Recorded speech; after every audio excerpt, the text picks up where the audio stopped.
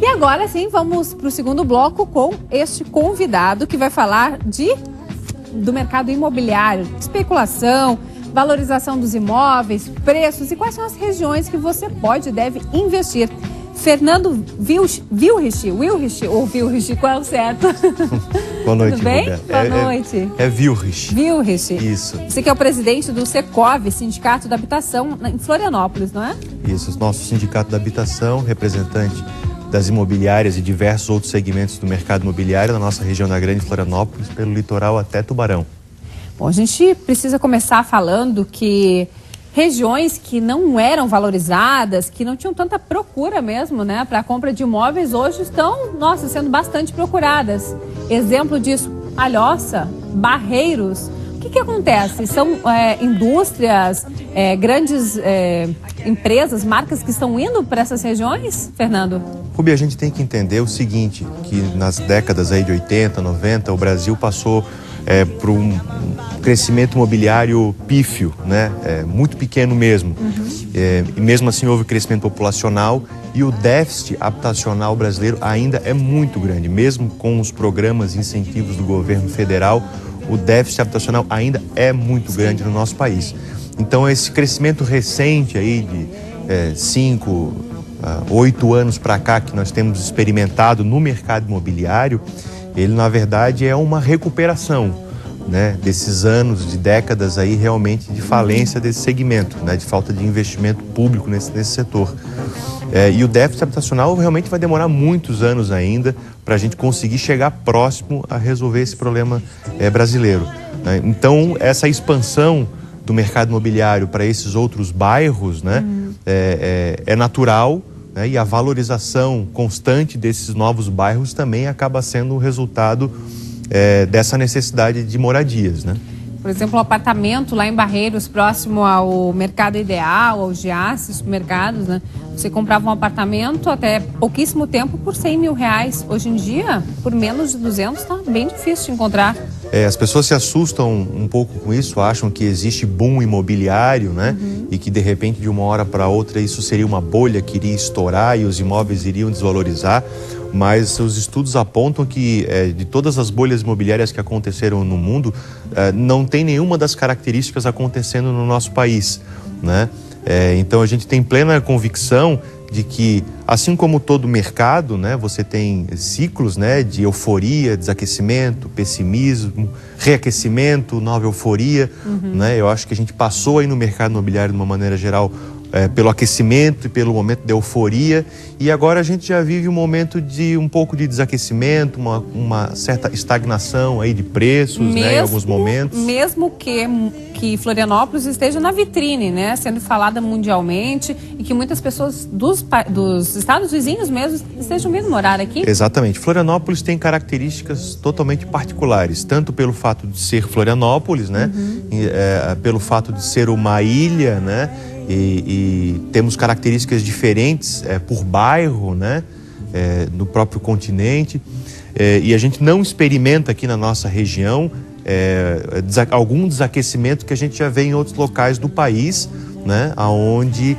o índice de reajuste dos preços do mercado imobiliário já tem alguma dificuldade de acompanhar a inflação. Aqui a gente vê que o investimento imobiliário, né, fora alguns bairros assim muito pontuais que já passaram pelo seu momento de euforia, né, mas aqui na nossa região a valorização imobiliária ainda é superior à inflação. Na Palhoça, Pedra Branca, está tendo bastante procura também? Muita procura. A região cresceu, né? Aquela região ficou durante muitos anos estagnada, né? Apesar dos investimentos ali da iniciativa privada, e de uns anos para cá realmente teve esse momento de aquecimento e o público está comprando, né? O mercado está aceitando os imóveis que estão sendo lançados, apesar da grande quantidade aparente, né?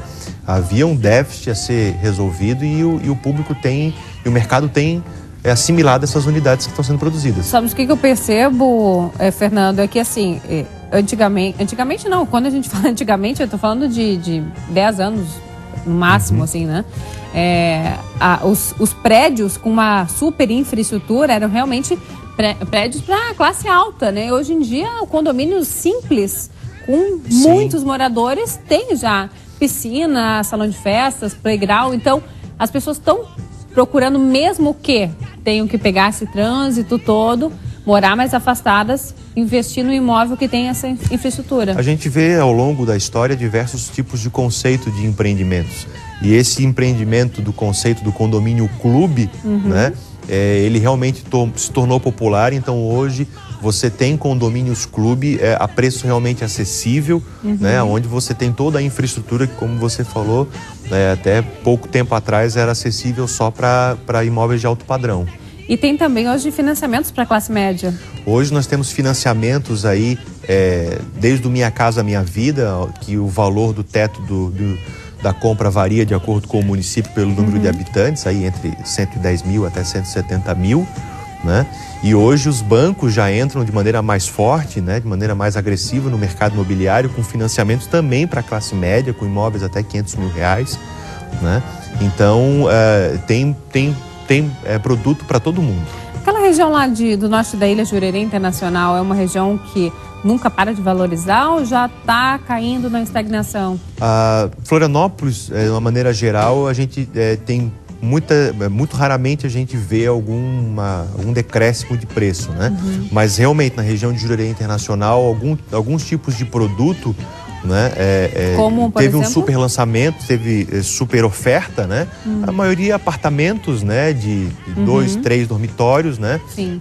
Durante um certo momento ali houve uma quantidade grande de ofertas desse produto e nos últimos anos a gente vê uma certa estagnação de preço, porque também há anos atrás houve uma supervalorização, né? Então é um momento de arrefecimento, mas não de desvalorização no curto prazo, pelo que a gente vê. Assim como a Beira-Mar, por exemplo. Beira-Mar não desvaloriza nunca, A Beira-Mar não vai né? desvalorizar nunca, porque não existem mais terrenos praticamente para se construir. Quem tem, né? E são imóveis que ao longo do tempo a gente vê que não tem nem limite de preço, eventualmente, né? Claro, dentro de uma certa regularidade, né? Mas hoje você vê ofertas bastante interessantes para imóveis na Beira-Mar, porque você não tem mais muito produto para vender, né? Sabes que uma reclamação, hoje a gente até compartilhou que você viria aqui ao programa falar sobre esse assunto, e os estudantes que estão mais revoltados, né? Porque precisam morar perto das universidades e os preços vão lá em cima, e por não estarem trabalhando, né, se dedicarem por um período aí aos estudos, não conseguem pagar aquilo que as imobiliárias, enfim, os proprietários estão pedindo. Talvez então ninguém esteja satisfeito nesse mercado, porque o estudante procura imóvel a preço barato, né, para aluguel, né, para essa fase da vida. Ao mesmo tempo, o preço dos imóveis na cidade, no entorno da universidade, tem crescido bastante também os preços naquela região. Então hoje talvez até um proprietário do imóvel, ao colocar o imóvel para alugar, não consiga oferir sequer 0,5% ao mês do valor do imóvel, que é o mínimo que se espera aí hoje, né, de um valor de aluguel para quem investe num imóvel para alugar. Que é um mercado rentável também, um mercado né? Você investir rentável, para depois alugar. Porque né? Além da valorização natural do imóvel, né, você tem a possibilidade de oferir renda com o aluguel, né? Mas o mínimo que se espera hoje de um aluguel é que ele renda aí em torno de 0,5% ao mês do valor do imóvel. Então, para que você tenha um aluguel de R$500, fatalmente é um imóvel que custa em torno de 200 mil. Sim, e hoje você comprar um imóvel de 200 mil dentro da ilha, né? Já está difícil de encontrar. É difícil mesmo. Né? Então, fatalmente, você tem imóveis ao longo da Universidade Federal, enfim, e da UDESC, em valores bastante superiores a isso. Sim. E logo os aluguéis também são maiores. Roberta, o que você levou em consideração junto com seu marido na hora de escolher o local onde vocês moram hoje, a região que vocês escolheram? Primeiro, um lugar central, assim. Eu e ele estamos acostumados a ter tudo muito perto, próximo de casa, até por causa da nossa filha agora. Então, principalmente que ficasse próximo dos lugares onde a gente costuma ir, próximo do trabalho dele, próximo do meu circuito também, assim, próximo da escola dela. E que ficasse próximo da minha mãe também hoje. A gente voltou pro Brasil, né, para ficar próximo da família, então não fazia sentido a gente também se isolar em um lugar que fosse longe. Sem dúvida. Mas uma boa região também, mais segura, assim. Minha mãe sempre você não tem que morar num prédio com portaria 24 horas. Como a gente tem esses horários, às vezes chega à noite.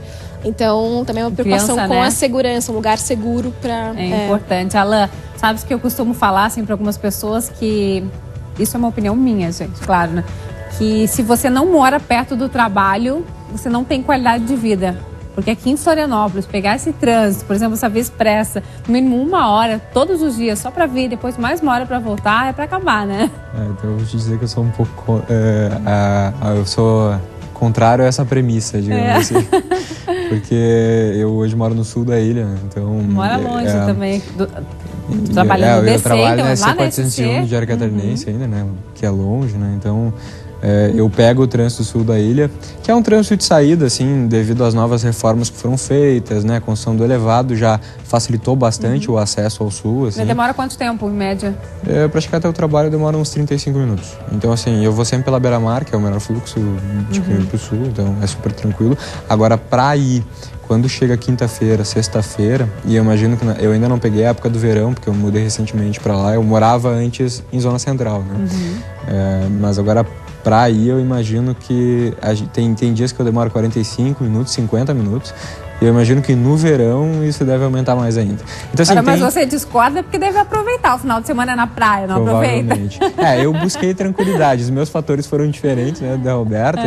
Eu busquei mais tranquilidade, pelo menos nos meus momentos de repouso, de lazer, que são os finais de semana principalmente. Então foi esse meu objetivo, assim, na hora de escolha do imóvel. É relativo, acho que depende de pessoa para pessoa, né? Tem o estilo da pessoa, né? No nosso caso, a gente achou um bairro que é central, mas que é residencial. Aí até a gente consegue ter esses dois lados, tá perto, mas ao mesmo tempo, realmente, se for para morar longe, que seja na praia, para poder curtir essa... Certeza. Olha, gente, mas a correria é tanta... Olha, eu sou uma experiência própria, assim, eu digo, porque queria morar perto do trabalho, agora moro aqui na beira-mar e não aproveito. Não consegui nem um dia ainda caminhar na beira-mar. Bom, mas, enfim. Eu tava pensando aqui, né, a gente tá aqui falando de Floripa e os meninos são de São Paulo, onde o trânsito é muito pior. Falou que demora 35 minutos. Se você fizer 35 minutos até o estúdio, eu tô feliz. Tô feliz, é o mínimo isso daí. São Paulo muito complicado. E assim, além dos valores dos imóveis subirem muito, ainda mais na Zona Sul, que é onde a gente tem o escritório, a Fatale Produções, que é o nosso escritório. A Zona Sul ali, construção de metrô e trem e não sei o quê. Além de subir muito, valorizar demais os imóveis, por conta disso, o trânsito também aumenta demais. Ou seja, você vai andar 2 quilômetros, você fica mais de 1 hora fica parado. Você vai a pé, você chega mais rápido.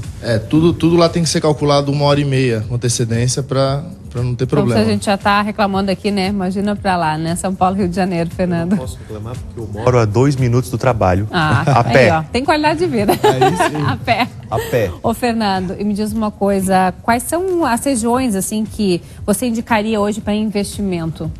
Olha, o continente, de uma maneira geral, realmente está crescendo bastante. Você citou 2 locais que a gente está vendo que é o crescimento da Grande Florianópolis, que é a região de Barreiros e a região de Palhoça. É para onde a Grande Florianópolis está crescendo. Dentro Coqueiros. da ilha, Coqueiros já está um pouco bastante tomado, né? De prédios, dificilmente... Quem mora ali também é difícil vender, né? Mas é uma região muito boa da cidade, muito agradável, né? Até pela quantidade de restaurantes, pelo parque, que está muito bonito, né? Mas em termos de crescimento para os próximos anos, eu acredito muito no sul da ilha, no potencial do Campeche. A gente tem visto edifícios sendo construídos na Praia dos Açores. Nossa, né? Passei lá pelo Campeche e tem assim, edifícios de primeiríssimo, assim, que nem parece que você está na praia. E a gente acredita, é claro, que para o futuro o acesso para aquela região deve melhorar, tem que melhorar, né? Porque hoje isso é o único empecilho para que aquela região cresça e se desenvolva um pouco mais, né? Eu acredito também ali na região da Vargem Grande, da Vargem Pequena, principalmente depois quando o Sapiens Park estiver mais estruturado, também né, aquela região toda ali antes dos ingleses deve crescer e se desenvolver bastante. Ali tem bastante prospecção de empreendimentos naquela região. Então, para quem pensa em comprar imóveis e alugar, como investimento mesmo, essas são as regiões. Essas são regiões bastante interessantes, né? E claro, regiões como eu falei aqui da Universidade Federal, do próprio bairro do Pantanal, são regiões onde a pessoa não erra, né? A pessoa não erra no investimento. Falando em errar, quais são as dicas aqui para a gente finalizar esse bate-papo? As dicas que você pode dar né? Para que as pessoas não caem frias mesmo, né? Enfurado. Sem dúvida, a pessoa tem que primeiro se consultar bem aí com a imobiliária, com o corretor, né, com mais de um corretor, eventualmente, para saber sobre o empreendimento que ela está pensando em comprar, analisar bem a característica do empreendimento, o histórico da própria construtora. A gente até conversava em algo que eu já ia esquecendo de falar, que antes você comprava o imóvel na planta e ele valorizava, né? Você conseguia ganhar dinheiro já, né, quando o prédio fosse entregue. Assim, não conheço ninguém bem de vida que não tenha investido em imóveis, né? O investimento imobiliário é sempre um investimento importante, seguro, seja médio e a longo prazo, né? É um investimento importante para você ter na sua carteira de negócios, né? Há pouco tempo atrás era muito comum as pessoas investirem no imóvel na planta e na entrega aí, entre 1 ano e meio e 2 anos já havia uma valorização ali de pelo menos 30% só pelo fato dele ter sido comprado na planta, né? Mas hoje na nossa região a gente vê que as construtoras incorporadoras, todas elas têm lastro para construir até o prédio sem vender unidades. É claro que não é para isso que ela constrói, né? É para vender e vende, né? Mas não precisa se alavancar, né? Então, em algumas situações, chega na entrega das chaves e hoje é difícil você encontrar esse tipo de negócio, né? O valor do imóvel hoje na planta, via de regra, já é basicamente o valor da tabela em que ele vai ser entregue, né? Então você não tem mais essa valorização. O apartamento, quando eu comprei, foi na planta, teve uma valorização de 40% quando ficou pronto, de 1 ano e meio. E daí, agora eu fui ver também salas comerciais para comprar e tá tudo já um valor super alto, já não vale tanto a pena, vale a pena já comprar na hora, né? Sim. Então a gente já não vê mais essa modalidade como um negócio Então procurar histórico, né? Conhecer o histórico das construtoras, né? Mais de uma opinião é sempre importante. Sempre mais de uma opinião, analisar o bairro, né? Analisar os outros empreendimentos que estão saindo na região, comparar a qualidade desses empreendimentos, né? Cuidar que quando a esmola é demais o santo, né? Deve desconfiar. Olhar o memorial descritivo para ver o que está incluso. Se você for comprar na planta, né? Logicamente, você olhar memorial descritivo, verificar se o imóvel está com incorporação imobiliária registrada, que é o mínimo que uma construtora tem que fazer, né? Isso aí. Ótimas dicas, muito obrigada. Foi um prazer ter você aqui no nosso programa. Obrigada.